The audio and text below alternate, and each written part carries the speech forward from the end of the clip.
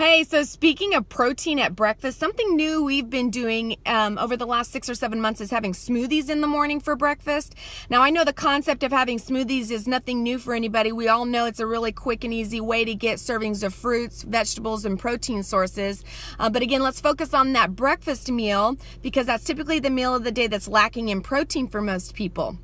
So there's tons of recipes online. You probably have your favorites. I'm going to include my favorite smoothie formula in the comment section. It's a really nice template that gives you ideas for variations so you can get creative and see what you like or change things up. But anytime you're going to implement a positive lifestyle change, what you have to consider is this going to be sustainable for me over time? Not something you can do for 1 week, 1 month, 5 months, 6 months. It's got to be sustainable over time. That's why it's called a lifestyle change. That doesn't mean it has to happen every day, but very regular.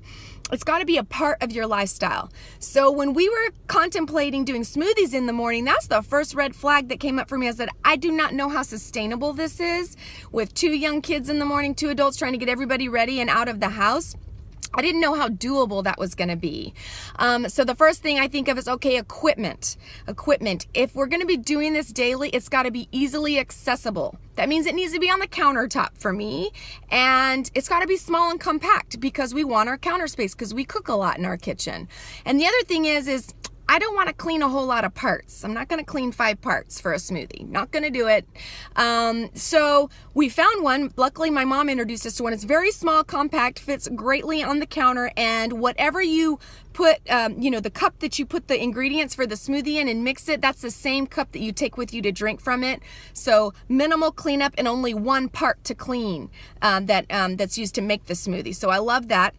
But also the ingredients have to be sustainable, really easy to access and kind of get in the flow of things. And there's a lot of creative ways to make smoothies, and I love it. I love that idea, but I needed something that's like cookie cutter every day. Boom, boom, we could do, and maybe just vary it up by the type of fruit, vegetable, or nuts.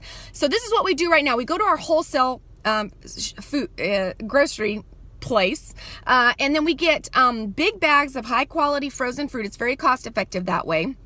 And some of them even come with frozen vegetables in it meant for smoothies, and a big bag of nuts. We keep both of them in the freezer. So the one we're using right now is mixed berries, and it has frozen kale in it, and walnuts. So we do equal part berries and kale, equal part walnuts. I like a lot of walnuts in there. A scoop of protein powder, and our liquid we use is milk. So that is going to give us about 25 to 30 grams of protein, and it's packed with nutrient-dense goodness because we put whole foods in it. We've got fiber, nutrients, phytochemicals, and healthy omega-3 fats in there, and it is super tasty. We love it. And hats off to Chad because he's my smoothie maker in the morning, so I really appreciate it, babe. But again, finding something that's sustainable, that's doable, because we have not missed a beat. We don't do it on the weekends because we like to cook, but yes, it's been... We've definitely noticed a positive difference in how we feel in the mornings. So I want to know what smoothie recipes you guys use. If you have any, please share in the comment section because, as my kids say, sharing is caring.